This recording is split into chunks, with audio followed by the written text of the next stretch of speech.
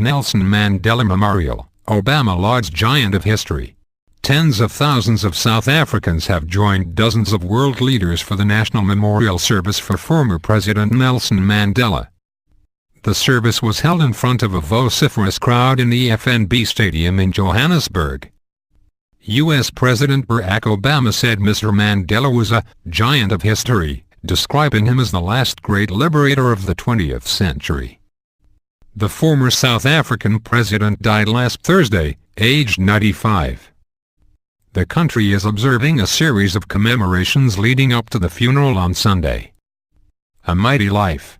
The memorial service, which began at about noon, 10 o'clock GMT, lasted about 4 hours. It was one of the biggest gatherings of international dignitaries in recent years, with more than 100 current or former heads of state or government attending. There had been fears people would be turned away. But with heavy rain, security and transport issues, and the fact that Tuesday was not declared a national holiday, areas of the 95,000 capacity stadium remained empty. Introducing the proceedings, the Master of Ceremonies, Cyril Ramaphosa, said that Mr. Mandela's long walk is over and he can finally rest. Current South African President Jacob Zuma made the keynote address but was booed in some parts of the ceremony. He said Mr. Mandela was one of a kind, a fearless freedom fighter who refused to allow the brutality of the apartheid state to stand in way of the struggle for the liberation of his people. Mr. Zuma announced he was renaming the Union buildings in Pretoria, where Mr. Mandela will lie in state, as the Mandela Amphitheatre. Earlier Mr. Obama delivered his address, carried on the White House website, to huge cheers. He said, "It is hard to eulogize as any man.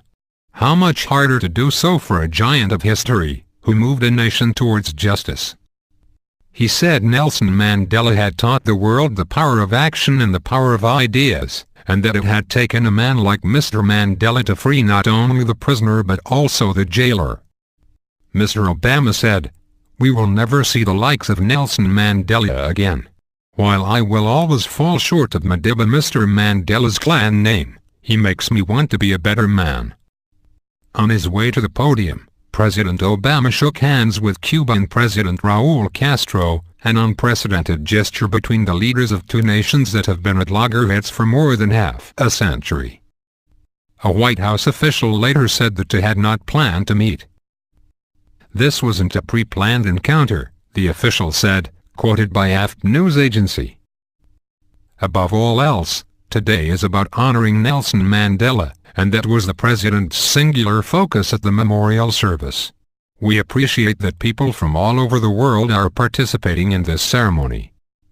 In his address, Mr. Castro paid tribute to Mr. Mandela as the ultimate symbol of dignity in the revolutionary struggle.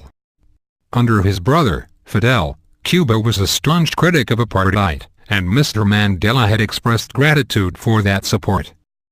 In his speech, UN Secretary-General Ban Ki-moon said there was sorrow for a mighty loss and celebration of a mighty life. He said, "South Africa has lost a hero, it has lost a father. He was one of our greatest teachers. He taught by example.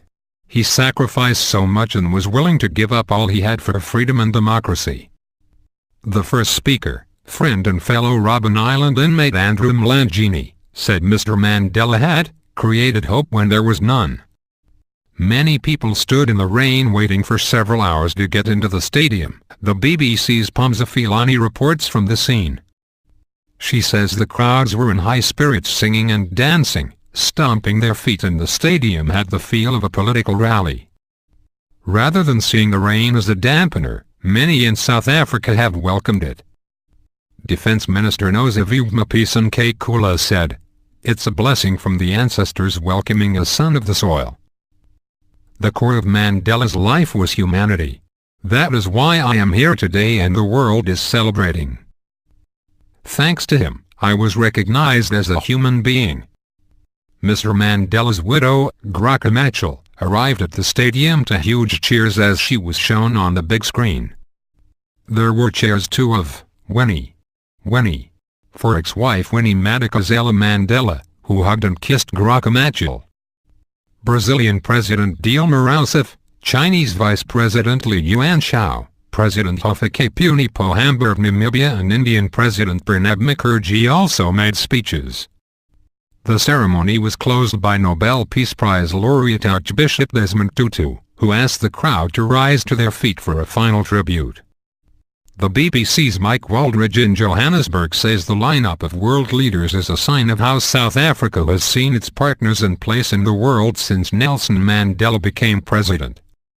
But, he adds, today is as personal as it is political, a recognition that there are lessons for the wider world in everything Nelson Mandela sought to achieve. British Prime Minister David Cameron attended Tuesday's memorial, along with Deputy Prime Minister Nick Clegg, Labour leader Ed Miliband and former British Prime Ministers Gordon Brown, Tony Blair and John Major. 3 former U.S. presidents, George W. Bush, Bill Clinton and Jimmy Carter, were also there, as were François Hollande of France, Palestinian leader Mahmoud Abbas and Zimbabwe's President Robert Mugabe. Other mourners in attendance were Oprah Winfrey, Bono, Sir Richard Branson and Peter Gabriel. Mr. Mandela's body will lie in state in Pretoria on the following 3 days. The state funeral takes place on Sunday in his home village of Kunu in Eastern Cape Province.